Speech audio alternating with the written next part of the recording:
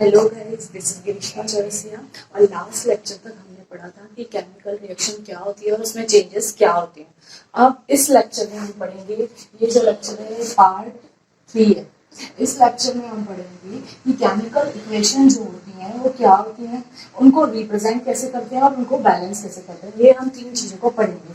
Chemical equation एक statement है जो किस लिए यूज होता है, किसी भी केमिकल रिएक्शन को रिप्रेजेंट करने के लिए ये यूज होता है। सिंपली जैसे आपने देखा होगा कि मैथ्स है, तो मैथ्स को रिप्रेजेंट करने का, जैसे 2 लिखना है तो आप ऐसे नहीं लिखते हैं 2, आप उसको सिंबॉलिक वे में 2 लिखते हैं।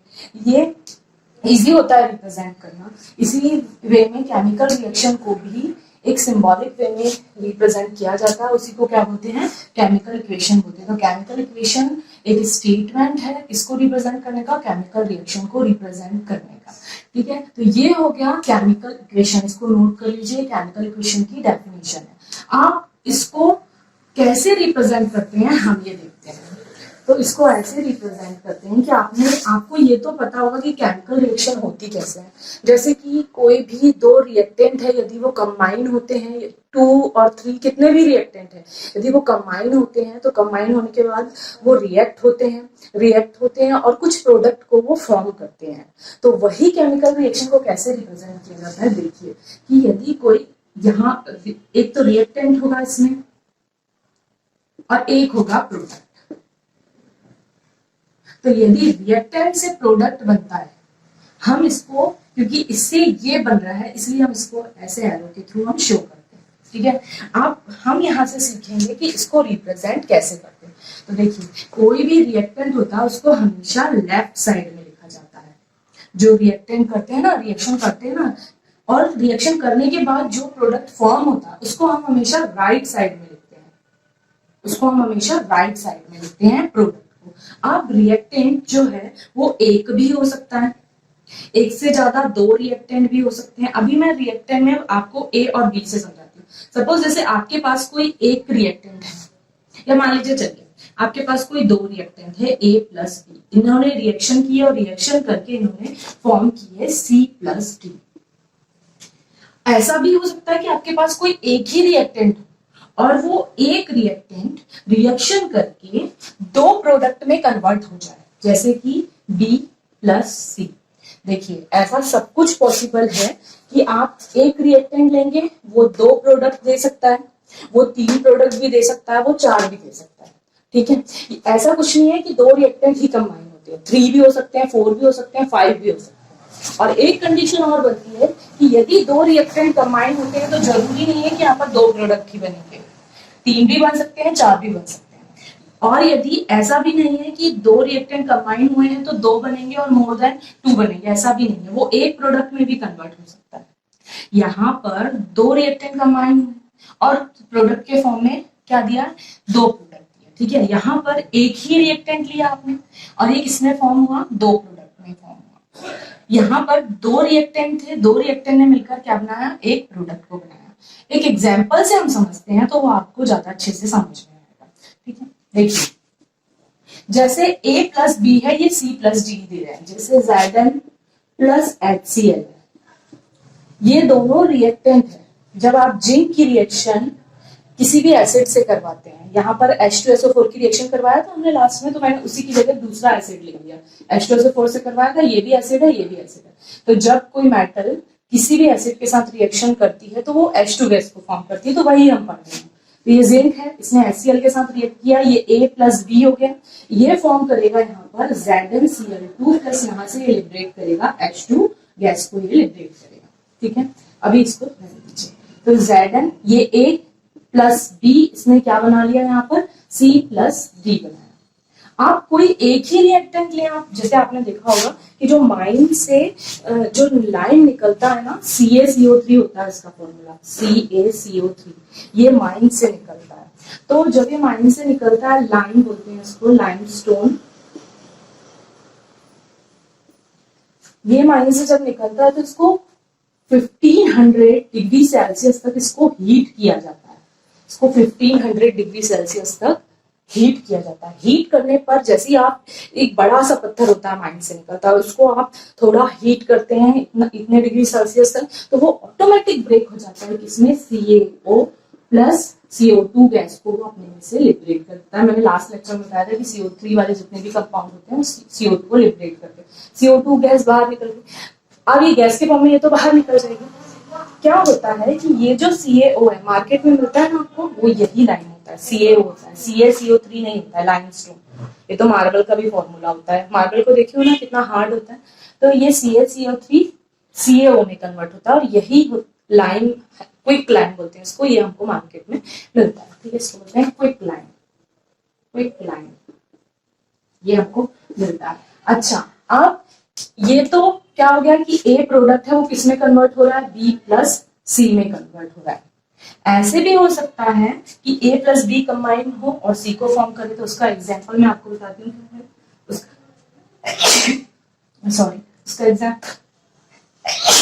उसका एग्जांपल है Mg प्लस O2। ये भी लास्ट क्लास में पढ़े, ये किसको फॉर्म करते हैं? ये MgO को ये फॉर्म करेगा। तो देखिए A प्लस B कंबाइन हुआ, उसने किसको बना लिए? C को बना लिया। तो बताने का मतलब ये है कि कुछ भी पॉसिबल है। ऐसा नहीं है कि दो यहाँ पर पार्टिसिपेट करेंगे और दो ही प्रोडक्ट फॉर्म करेंगे, ऐसा बिल्कुल भी नहीं है। कॉम्बिनेशन इसमें कुछ भी हो सकता है। अब इसके बाद हम पढ़ते हैं, पहले इसको नोट कर लीजिए।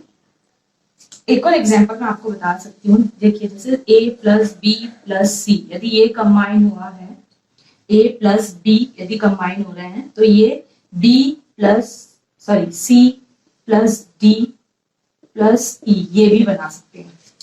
इसका भी एग्जांपल मैंने आपको लास्ट क्लास में बता दिया था। कैसे? देखिए, आपने यदि लिया CaCO3 और इसकी रिएक्शन यदि आपने H2SO4 से करवाया,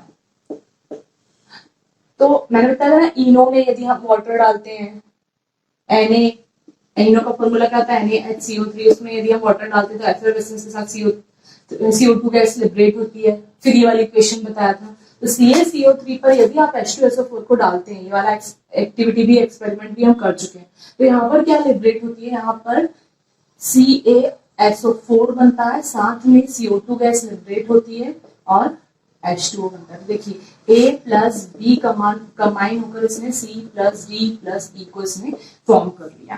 तो इतने टाइप की रिएक्शन पॉसिबल है। रिएक्टेंट को मैं एक बार आपको रिवाइज करवाती हूँ। रिएक्टेंट को हमेशा लेफ्ट साइड में लिखना है, इस तरफ लिखना है। प्रोडक्ट को आप राइट साइड में लिखेंगे, क्योंकि इससे ये बनता है, इसलिए आप बीच में क्या लगाते हैं? एरो लगाते हैं। कुछ भी पॉसिबिलिटी है। दो रिएक्टेंट मिलकर दो रिएक्टेंट को बना सकते हैं, एक दो को बना सकता है, एक तीन को बना सकता है, एक चार को बना सकता है, चार मिलकर एक को बना सकते हैं, दो मिलकर एक को बना सकते हैं। कुछ भी इसमें पॉसिबिलिटी हो सकती है। अच्छा, यदि आपको रिएक्शन, मैं एक रिएक्शन लिखकर दे रही हूँ और मैं आपसे पूछूंगी कि प्रोडक्ट क्या बनेगा, क्योंकि लास्ट क्लास में मैंने आपको ये नेम कैसे लिखते हैं वो बताया था। देखिए, AlOH टेकन थ्राइस, बताइए इसका नेम क्या होगा? बताइए। ये एल्यूमिनियम है, ये तो आपको पता है, और ये क्या होगा? हाइड्रोक्साइड। तो इसको आप क्या पढ़ेंगे? Aluminium hydroxide. ये कैसे बना होगा? किन दो आयन से बना होगा? Al3 प्लस से बना होगा, और ये किससे बना होगा? OH माइनस आयन से बना होगा। इसकी रिएक्शन आप करवाएंगे H2SO4 से, इसको बोलते हैं सल्फ्यूरिक एसिड। तो ये कैसे ब्रेक होगा? SO4 2 माइनस और H प्लस, इसमें ये ब्रेक होता है। अब यदि मैं आपसे पूछूं कि यहाँ क्या बनेगा, तो आप इसको लिखकर बताएंगे कि यहाँ पर क्या बनेगा। ये मैं नहीं बता रही हूँ। इसके बाद हम आगे और रिप्रेजेंटेशन देखते हैं कि केमिकल रिएक्शन में आपने बहुत बार देखा होगा, जैसे मैंने यहाँ एरो लगाया है, यहाँ मैंने हीट का साइन लगाया है। तो ये क्या है? ये भी कुछ रिप्रेजेंटेशन का ही टाइप है। देखिए, ऐसा एरो देखने को मिलेगा आपको, ऐसा एरो देखने को मिलेगा आपको, ऐसा डबल एरो देखने को मिलेगा, बीच में हीट का साइन देखने को मिलेगा आपको, और ऐसा SG और L लिखा हुआ मिलेगा और PPT लिखा हुआ मिलेगा आपको। ये इतने सिंबल किसी भी रिएक्शन में आपको देखने को मिल जाते हैं। अब इसका मतलब क्या है? यदि गैस इवॉल्व होती है, गैस इवॉल्व होती है या कोई भी गैस किसी कोई रिएक्शन हो रही है और उसमें यदि कोई गैस बन रही है तो उसके साइड में, क्योंकि ये गैस फॉर्म में है, गैस बन रही है, इसलिए हम ऐसा एरो का साइन इसमें लगा देते हैं। तो किसको रिप्रेजेंट करता है? गैस को।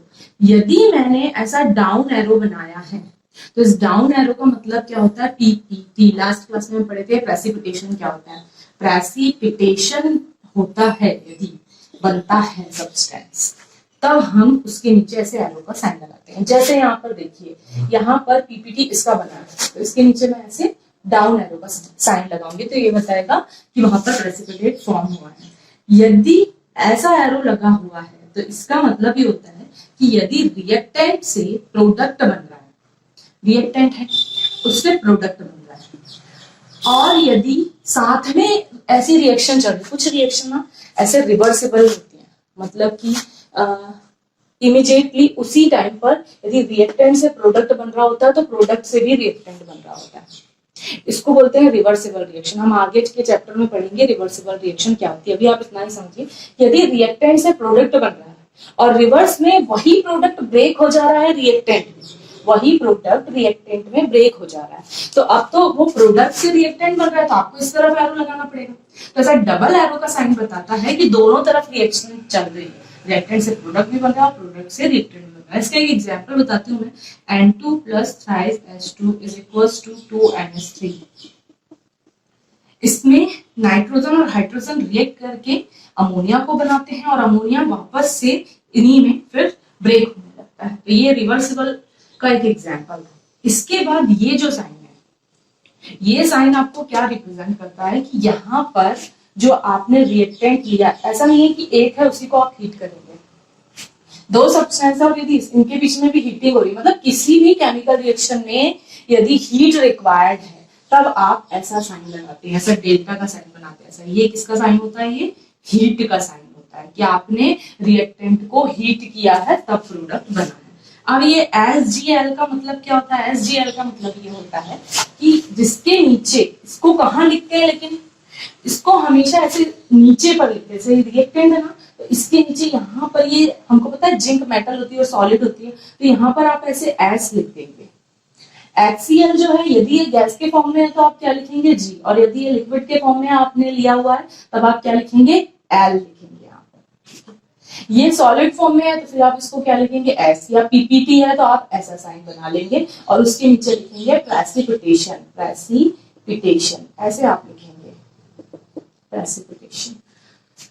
तो सॉलिड, लिक्विड और गैस को ऐसे रिप्रेजेंट किया जाता है। इसके बाद प्रेसिपिटेशन तो मैंने बता ही दिया, ऐसे एरो लिख देते हैं या फिर उसके नीचे पूरा प्रेसिपिटेशन नहीं लिखते हैं, सिर्फ पीपीटी लिखते हैं, पीपीटी ऐसे इसको रिप्रेजेंट करते हैं। तो ये पूरा कंप्लीट हो गया हमारा रिप्रेजेंट करना। कुछ भी टफ नहीं है केमिकल इक्वेशन को रिप्रेजेंट करना, आप एक ही बार में समझ गए होंगे। ऊपर एरो मतलब गैस इवॉल्व होगी, नीचे एरो मतलब उसमें पीपीटी बनेगा, डबल एरो मतलब रिएक्शन रिवर्सिबल है, सिंगल एरो तो आपको पता है कि एक ही डायरेक्शन में हो रही है, इसमें बैक रिएक्शन नहीं होगी। सिंगल एरो का मतलब होगा कि इसमें रिएक्शन एक ही डायरेक्शन में होगी। और इस डेल्टा का मतलब क्या होता है? आपने हीट किया है, सॉलिड, गैस, लिक्विड, ये रिप्रेजेंट करने के लिए होते हैं, इनको नीचे लिखते हैं हम, और ये पीपीटी बताते हैं। तो ये यहाँ पर केमिकल रिएक्शन को रिप्रेजेंट करना हमारा कंप्लीट होता है। अब हम पढ़ते हैं how to balance chemical equation. इसके लिए हम एक एग्जांपल लेते हैं, how to balance chemical equation.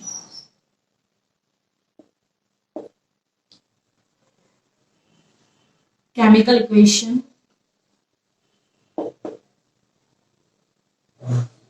First आपने जैसे यहां पर लिखा KClO3, इससे बना KCl प्लस O2, ठीक है, ऐसे मैंने इसको ऐसे दिखा दिया। आप देखिए इस KClO3 में आपको यदि इसको बैलेंस करना है तो सबसे पहले आपको क्या करना है कि ये आपको एलिमेंट तो समझते होंगे, जितने 118 एलिमेंट होते हैं तो वो आपको पता होने चाहिए। अच्छा, यदि कोई नया सिंबल आ गया, जैसे मैंने लिख दिया SbCl2, अब आपको पता नहीं है कि इसमें कितने एलिमेंट है, तो आप कैसे देखेंगे इसमें कितने एलिमेंट है? देखिए ये जो Sb है फर्स्ट लेटर हमेशा कैपिटल होता है। फर्स्ट देखिए, यदि मैंने Cl2 लिखा है और यदि मैंने CO2 लिखा है, अब इसमें कितने एलिमेंट है? इसमें सिर्फ 2 एलिमेंट है। हमेशा रिप्रेजेंटेशन में तो हमको पता है, हम आप खुद भी रिकॉग्नाइज कर सकते हैं यदि आपको 118 एलिमेंट नहीं पता है तो भी। फर्स्ट लेटर यदि कैपिटल है तो पहला एलिमेंट हो गया आपका। उसके बाद यदि सेकंड लेटर स्मॉल है तो मीन्स वो उसी को रिप्रेजेंट कर रहा है। जैसे Cl के बाद ये स्मॉल है, मतलब ये पूरा इसी को रिप्रेजेंट कर रहा है। और Cl मतलब क्लोरीन होता है। पोटेशियम लिखिए, इसके बाद कोई स्मॉल लेटर नहीं है, मतलब ये एक पूरा एलिमेंट है। ये O है, इसके बाद कोई स्मॉल लेटर नहीं है, मतलब ये एक एलिमेंट हो गया। अब यहाँ पर देखिए, ये S भी है, तो ये S कैपिटल है और B स्मॉल है, मतलब ये एक ही एलिमेंट को रिप्रेजेंट कर रहा है।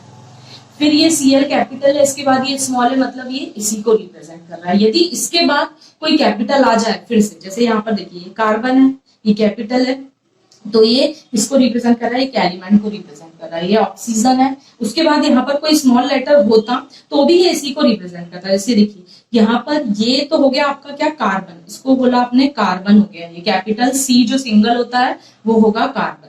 यदि मैंने कैपिटल C लिखा और इसके साइड में यदि O लिख दिया, तो जहां तक ऐसा जरूरी नहीं है एक ही स्मॉल लेटर हो, और भी हो सकते हैं, जैसे U N U ऐसे भी होते हैं। तो जहां तक ये स्मॉल चलते हैं वहां तक एक ही एलिमेंट होता है। यदि सिंगल भी है तो भी ये एक ही एलिमेंट है, और यदि इसके बाद कुछ और स्मॉल चल रहे हैं तो भी ये एक ही एलिमेंट होता है, जब तक कि दूसरा नया कैपिटल लेटर ना आ जाए। तो अब यहाँ पर देखिए, यदि C लिखा है मैंने कैपिटल, यहाँ पर भी C कैपिटल लिखा है, लेकिन इसके बाद स्मॉल O है, मतलब ये क्या है, ये कोबाल्ट है, ये कोबाल्ट है। और यदि ये कैपिटल C लिखा है, इसका मतलब ये है कि ये क्या है, कार्बन को ये रिप्रेजेंट कर रहा है। तो ऐसे आप देख सकते हैं। इसके बाद ये आपने डिटेक्ट कर लिया कि इसमें कितने एलिमेंट हैं, कौन से एलिमेंट है, क्या एलिमेंट है। इसके बाद अब आप इसको काउंट करना स्टार्ट करेंगे। जैसे KClO3 में फर्स्ट आपको क्या करना है, केमिकल इक्वेशन को बैलेंस करने के लिए आपको इसको काउंट करना है। जैसे ये पोटेशियम है, तो पोटेशियम इसमें कितना है, लेफ्ट साइड में 1 है। क्लोरीन कितना है इसमें, लेफ्ट साइड में 1 है। और ऑक्सीजन कितना है इसमें, लेफ्ट साइड में 3 है। तो केमिकल इक्वेशन को बैलेंस करने का मतलब ये होता है कि लेफ्ट साइड में जितने भी इसके मॉलिक्यूल्स हैं, एटम्स हैं, उतने ही इस तरफ भी होने चाहिए। तो उसको बोलते हैं हम केमिकल इक्वेशन बैलेंस करना। जैसे यहाँ पर पोटेशियम, क्लोरीन और ऑक्सीजन, इसके नंबर लिख दिए हमने। अब यहाँ पर देखिए, पोटेशियम कितना है, 1, क्लोरीन कितना है यहाँ पर 1, और ऑक्सीजन कितना है यहाँ पर 2। यहाँ पर ऑक्सीजन कितना है 3, और यहाँ पर ऑक्सीजन कितना है 2। क्लोरीन तो बैलेंस है, पोटेशियम भी बैलेंस है, ऑक्सीजन यहाँ 3 है, यहाँ 2 है। तो हमको किसको बैलेंस करना पड़ेगा, ऑक्सीजन को बैलेंस हमको यहाँ पर करना पड़ेगा। तो पहले तो हम ये जाने कि कौन सी रिएक्शन बैलेंस्ड होती है और कौन सी इक्वेशन ऑटोमेटिकली बैलेंस्ड होती है। जैसे देखिए, मैंने लिखा Mg+O2, ये लिखा हुआ है, ये लिखा मैंने Mg+O2। इस रिएक्शन में देखिए, मैग्नीशियम 1 है इस तरफ, ऑक्सीजन इस तरफ 2 है, और मैग्नीशियम इस तरफ राइट हैंड साइड में मैग्नीशियम कितना 1, और ऑक्सीजन भी कितना 1, मतलब यहाँ पर भी ऑक्सीजन क्या नहीं है, बैलेंस नहीं है।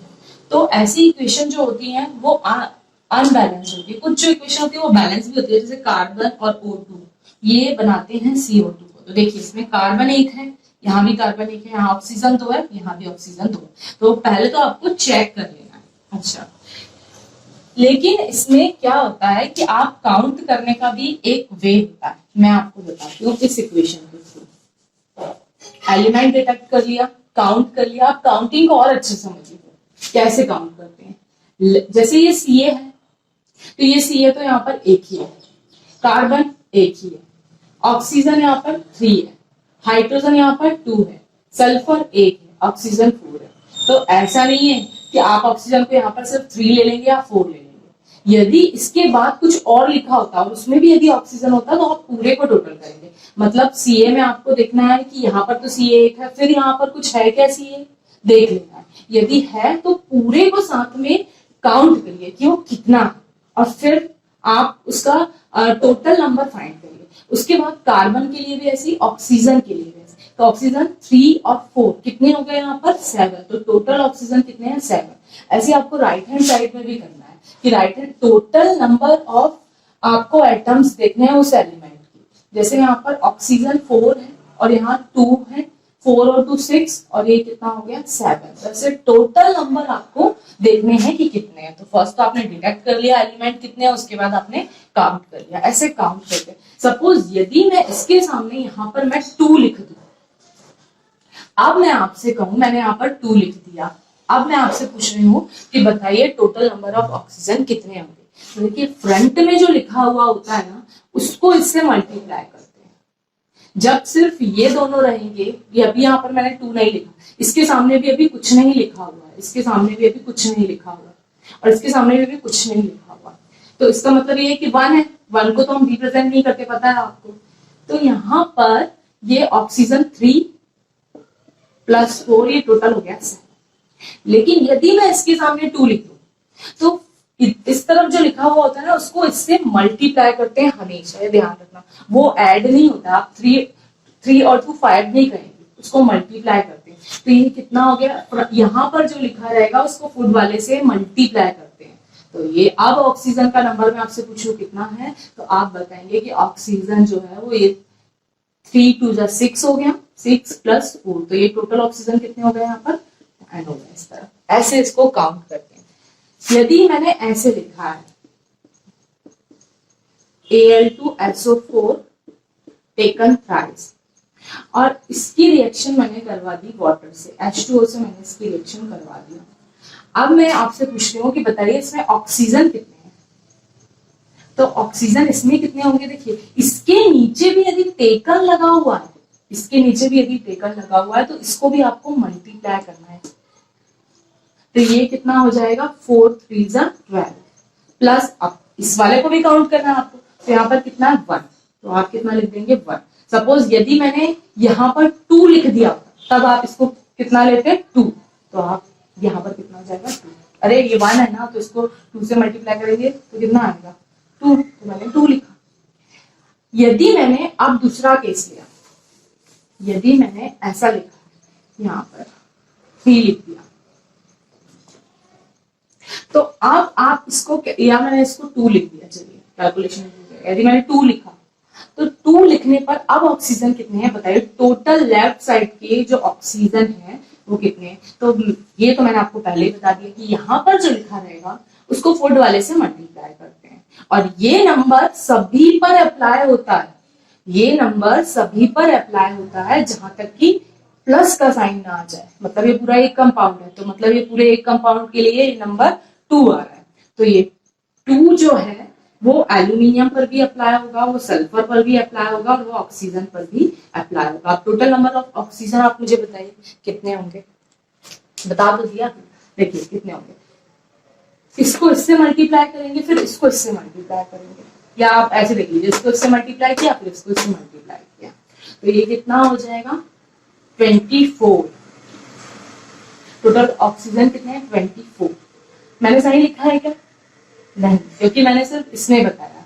यदि मैं पूरे लेफ्ट साइड की, क्योंकि बैलेंस करने के लिए तो हमको पूरे ऑक्सीजन देखना है ना, तब टोटल ऑक्सीजन इस तरफ कितने हैं 24 प्लस 2, तो ये टोटल ऑक्सीजन कितने हो गए 26। ऐसे इसको काउंट करते हैं। फिर उसके बाद एल्यूमिनियम, यदि मैं आपसे पूछूं कितने हैं, तो एल्यूमिनियम इसके तो 2 हैं, लेकिन यहाँ पर फ्रंट में जो 2 लगा है वो जब तक प्लस नहीं आ जाता सब पर अप्लाई होता है, तो यहाँ पर क्या हो जाएगा एल्यूमिनियम 4। फिर सल्फर, तो सल्फर देखिए यदि आपने टेकन लगाया हुआ है इसका मतलब क्या है, मैथ्स तो पढ़ते हैं आप, आपको पता है कि ये टेकन का मतलब ये 3 इस सल्फर के लिए भी है, इस ऑक्सीजन के लिए भी है। तब सल्फर यहाँ पर कितना है 3 और यहाँ पर कितना है 12, और मैंने बताया कि इससे इसको आप क्या करते हैं मल्टीप्लाई करते हैं। अब ऑक्सीजन के नीचे 4 लिखा था, इसलिए आपने इसको और इसको, ये वाला जो 4 है वो सिर्फ ऑक्सीजन को बता रहा है कि ऑक्सीजन 4 जस्ट उसके बाद में लगा हुआ है। लेकिन मैंने यदि टेकन लगा के 3 लिखा हुआ है, इसका मतलब ये है कि ये 3 ऑक्सीजन के लिए भी है और ये सल्फर के लिए भी है। तो अब यहाँ पर सल्फर कितने हो गए, इस वाले को इस वाले से मल्टीप्लाई करते हैं, आपको ये तो पता है, और ये 3 इस पर अप्लाई हो रहा है, मतलब सल्फर तो 3 हो गया, और सल्फर 3 है, इस 3 को इस 2 से मल्टीप्लाई करना है, तो कितना नंबर हो जाएगा 6। वैसे सल्फर टोटल क्या हो गया यहाँ पर 6। ये यहाँ तक हमने सीखा कि इसको काउंट कैसे करते हैं। चलिए इस रिएक्शन को हम बैलेंस करते हैं। KClO3 हमको KClO2 दे रहा है। अब यहाँ पर तो ये हमने पहले ही काउंट कर लिया था कितने कितने। अब देखिए इसको आप बैलेंस कैसे करेंगे, मैं आपको बताती हूँ। इक्वेशन है, इसको बैलेंस कैसे करेंगे। आपको कभी भी बच्चे क्या करते हैं, गलत पहले तो काउंट ही ठीक से नहीं करते हैं, फिर दूसरी गलती क्या करते हैं कि वो नंबर को कहीं भी लगा देते हैं, यहाँ फुट में लगा देते हैं, यहाँ लगा देते हैं, यहाँ लगा देते हैं। आपको केमिकल इक्वेशन बैलेंस करना है, उसका मतलब क्या है समझिए। उसका मतलब ये है कि आप जो नंबर ऐड कर सकते हैं वो सिर्फ आप यहाँ फ्रंट में, यहाँ फ्रंट में ऐड कर सकते हैं। फुड में आपको कभी भी कोई भी नंबर नहीं लिखना है। इसका मतलब क्या होता है, देखिए मैं बताती हूँ। यदि वाटर का फॉर्मूला H2O होता है और यदि आपने H2 प्लस O2 ये मिलकर यदि H2O बन रहा है, अब यहाँ पर ऑक्सीजन 2, तो इसको 2 करने के लिए यदि आपने यहाँ पर O2 लिख दिया तो इसका मतलब ये हो गया कि अभी वाटर का फॉर्मूला ही नहीं है। एक देखिए वाटर जो है ना, वाटर में एक ऑक्सीजन होता है और 2 हाइड्रोजन ऐसे बॉन्ड के थ्रू ऐसे अटैच्ड होते हैं, और एक ऑक्सीजन जब 2 हाइड्रोजन के साथ कंबाइन होता है तभी वो वाटर बनाता है। यदि मैं आपसे कहूं कि ये कैल्शियम कार्बोनेट जो है, चौक होती है ना, चौक, ये चौक का फॉर्मूला है और ये वाटर का फॉर्मूला है, ठीक है। यदि मैं आपको कहूं कि ये वाटर का फॉर्मूला ये है और चौक ये, तो आप मान लेंगे क्या कि चौक वाटर है, वाटर चौक है? नहीं। तो वही मैं बता रही हूँ कि यदि आपने यहाँ पर O2 कर दिया, ये ऑक्सीजन और यहाँ से आपने हाइड्रोजन से O को 2 कर दिया, तो ये अब वाटर नहीं रहा, अब ये क्या हो गया, हाइड्रोजन पेरोक्साइड हो गया। ये दूसरा कंपाउंड बन गया, हाइड्रोजन पेरोक्साइड बन गया। तो आप ये बताइए कि यदि आप किसी इक्वेशन को आपने हाइड्रोजन और ऑक्सीजन की रिएक्शन आप करवा रहे हैं और वाटर बन रहा है, अब आपको उसको यहाँ पर लिखना है और लेकिन आपने बैलेंस करने के लिए यहाँ पर O2 लिख दिया, तो आपने तो ये दोनों से मिलकर क्या बना दिया, हाइड्रोजन पेरोक्साइड। तो ये तो केमिकल रिएक्शन बैलेंस करना क्या, तो केमिकल रिएक्शन को ही गलत कर डाला आपने। इसीलिए कभी भी आपको फुड में नहीं लिखना है, क्योंकि इसका मतलब ये है कि KCl, देखिए यदि आप यहाँ पर 2 लिखते हैं तो इसका मतलब क्या होता है, ये भी मैं आपको बताती हूँ। यदि यहाँ पर आपने 2 लिखा तो इसका मतलब ये हो गया कि फर्स्ट KClO3 और फिर ये दूसरा KClO3 है। जैसे इसे समझिए, इजीली समझ आएगा। जैसे वाटर है, यहाँ पर यदि आपने 3 लिखा तो इसका मतलब ये है कि ये पहला वाटर हो गया, ये दूसरा वाटर हो गया, दूसरा वाटर का मॉलिक्यूल हो गया, और ये थर्ड वाटर का मॉलिक्यूल हो गया।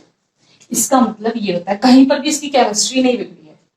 तो आप सिर्फ कहां पर केमिकल इक्वेशन को बैलेंस करने के लिए आप सिर्फ नंबर को कहां ऐड कर सकते हैं, आप सिर्फ नंबर को फ्रंट में ऐड कर सकते हैं। आपको किसी के भी फुड में नहीं लिखना है। फुड में O2 लिखा है आपने, ऑक्सीजन, इसका मतलब क्या है कि एक ऑक्सीजन ऐसे 2 बॉन्ड के थ्रू दूसरे ऑक्सीजन से अटैच है। यदि आपने यहाँ पर O की जगह O3 कर दिया तो O3 जो होता है वो ऑक्सीजन का ओजोन का फॉर्मूला होता है। ये ओजोन गैस आपको पता है ना, पढ़ा होगा आपने एनवायरमेंट में, ओजोन गैस का फॉर्मूला, और ये ऑक्सीजन का फॉर्मूला है। अब देखिए दोनों अलग अलग चीज है क्या, अलग अलग चीज है ना, एक ही तो नहीं है। जैसे मैंने भी बताया कि वाटर अलग होता है, चौक अलग होता है, हाइड्रोजन पेरोक्साइड अलग होता है, वैसे ही ऑक्सीजन अलग होता है और ओजोन गैस। इसलिए आपको कभी भी फूड में लिखा आपने मतलब दूसरा केमिकल लिख दिया तो वो रिप्रेजेंटेशन ही रॉन्ग हो जाएगा। आप तो हमको तो राइट है कि हम सिर्फ यहाँ पर कोई नंबर को ऐड कर सकते हैं। अच्छा ऐसा मत करना पीछे लिख देना, पीछे नहीं लिखते हैं, ठीक है, इसका कुछ मतलब ही नहीं होता है। तो आपको यहाँ सिर्फ फ्रंट में लिखना है, यहाँ पर लिख सकते हैं आप, यहाँ पर। अब ये जो है ना केमिकल रिएक्शन को बैलेंस करना, ये पूरा की पूरा एक पजल जैसा है। हालांकि कुछ लोग ऐसे ट्रिक बताते हैं कि ABCD से करिए, इक्वेशन बना के करिए, तो वो ट्रिक तो क्या हो, तो इतना लेंथी हो जाता है पूरा एक सॉल्यूशन। उससे अच्छा ये है आप क्या करिए, इसमें दिमाग लगाइए, बस इसमें दिमाग लगता है। जैसे पजल गेम खेलते हैं आप, तो केमिकल इक्वेशन को बैलेंस करना बिल्कुल एक पजल गेम को खेलने के जैसा है।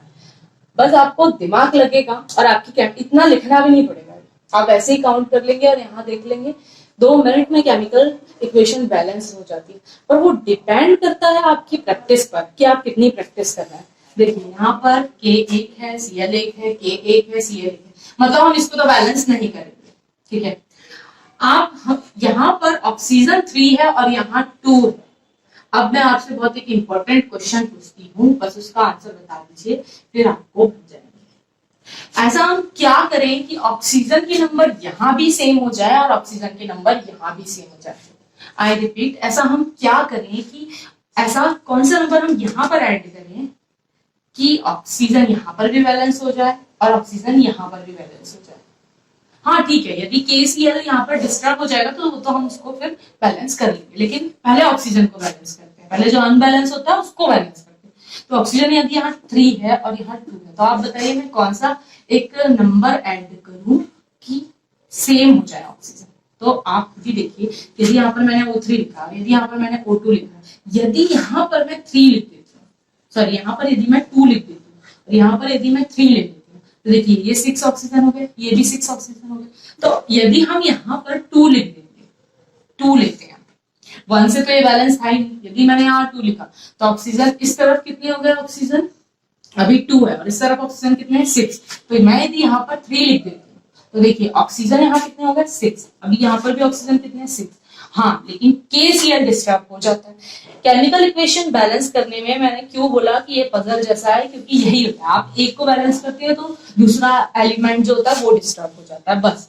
तो उसके लिए आपको ऐसा एक कॉम्बिनेशन बनाना है, सिर्फ नंबर ऐड करके। करना क्या है इसमें, बता दिया काउंट कैसे करते हैं, बस आपको करना क्या है, नंबर ही तो ऐड करने हैं और देखना है, ऐसे नंबर लगाने हैं, कुछ भी नहीं है केमिकल रिएक्शन। बस आपको यहाँ पर ऐसे नंबर लगाने हैं कि लेफ्ट साइड में जितने एलिमेंट है उतने ही राइट साइड में हो जाए, बस। और केमिकल रिएक्शन बैलेंस।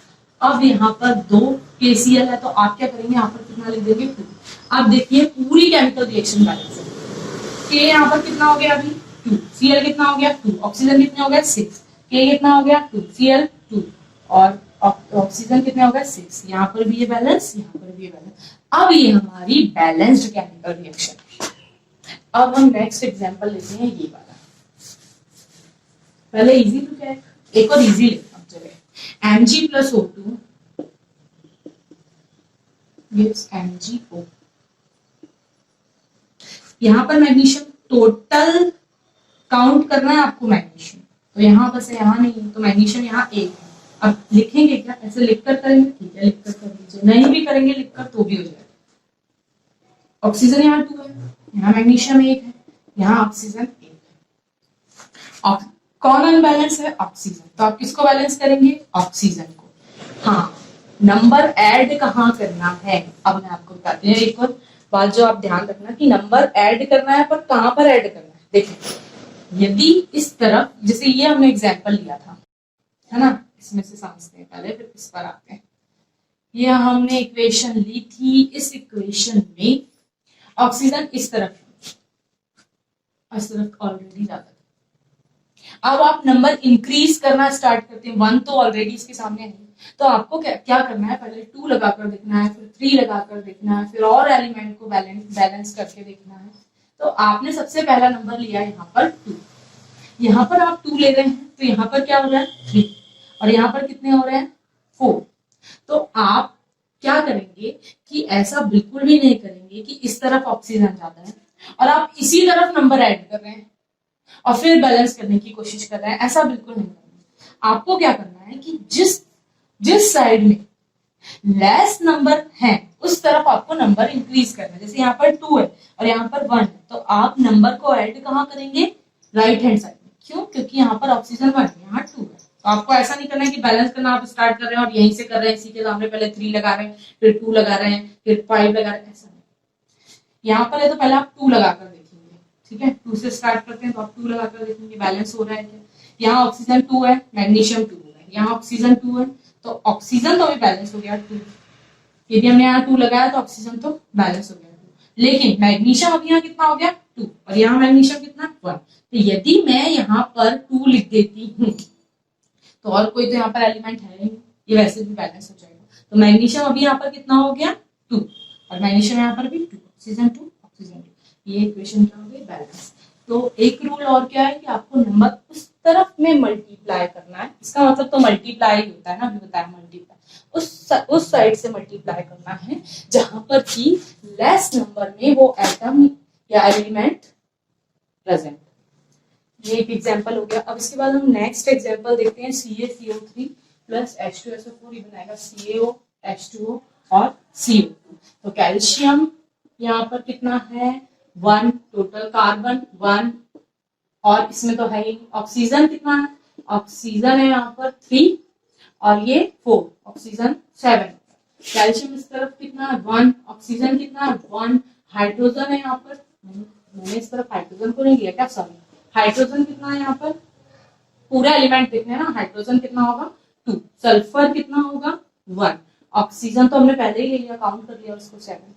अब कैल्शियम यहाँ पर 1 है, ऑक्सीजन 1 है, हाइड्रोजन 2 है, ऑक्सीजन 1 मैंने गलत नहीं लिखा, बताइए गलत लिखा ना, ऑक्सीजन 1 1 2 और 2 4, ऑक्सीजन कितने हो गए टोटल 4, हाइड्रोजन 2, कार्बन, इसके बाद एक और एलिमेंट क्या है कार्बन 1। अब देखिए कोई एलिमेंट बचा तो नहीं है, कैल्शियम है, ऑक्सीजन भी लिख लिया हमने, हाइड्रोजन भी लिख लिया हमने, ऑक्सीजन पहले काउंट हो गया और कार्बन, इतने 4 एलिमेंट है। और यहाँ पर भी 4 एलिमेंट है। देखिए ये जो इक्वेशन है ना, इस इक्वेशन में CaSO4 आएगा, सॉरी CaSO4 बनाता है ये, प्लस H2O प्लस CO2। तो यहाँ पर सल्फर है, आपको इस तरफ जो एलिमेंट मिल रहा है ना वही, हाँ एक और केमिकल रिएक्शन को रिप्रेजेंट करने का एक वे और ये होता है कि कभी भी आप देखेंगे कि यदि केमिकल रिएक्शन में पोटेशियम, मैग्नीशियम और ऑक्सीजन ने रिएक्ट किया, ये 2 एलिमेंट है, एलिमेंट तो आपको पता होने ही चाहिए, ठीक है, नहीं पता है तो आप 9th की बुक खोलिए, उसमें एलिमेंट को देखिए, या 10th की बुक में भी आगे के चैप्टर में एलिमेंट्स दिए हुए हैं, तो उसको आप पढ़िए। मैग्नीशियम है, ऑक्सीजन है, यदि ये दोनों रिएक्शन कर रहे हैं तो रिएक्शन करने के बाद आपने कंपाउंड पढ़ा होगा, मिक्सचर पढ़ा होगा, वहां पर ये प्रॉपर्टी पढ़ी होगी कि जो एलिमेंट से इसकी प्रॉपर्टी तो डिफरेंट हो सकती है, जैसे कि हाइड्रोजन और ऑक्सीजन रिएक्ट करे तो यहाँ वाटर बनता है, तो ये हाइड्रोजन जो है ये तो खुद ही जलता है और ये बर्निंग में हेल्प करता है, पर ये जो वाटर बनता है यहाँ पर, ये तो क्या करता है, ये बर्निंग को कॉज करता है कि नहीं, ये तो आग को बुझा देता है। तो देखिए जो रिएक्टेंट है उनसे प्रोडक्ट जो बन रहा है उसकी प्रॉपर्टी, उसकी केमिस्ट्री, उस केमिकल की एंटायरली डिफरेंट हो सकती है, लेकिन ऐसा बिल्कुल नहीं होगा कि यहाँ पर हाइड्रोजन और ऑक्सीजन रिएक्ट किए और यहाँ पर कैल्शियम ऑक्साइड बन जाए, ऐसा बिल्कुल भी नहीं होगा। जो एलिमेंट इस तरफ है वही रिएक्ट हो रहा है तो वही एलिमेंट मिलकर इसको बनाएंगे।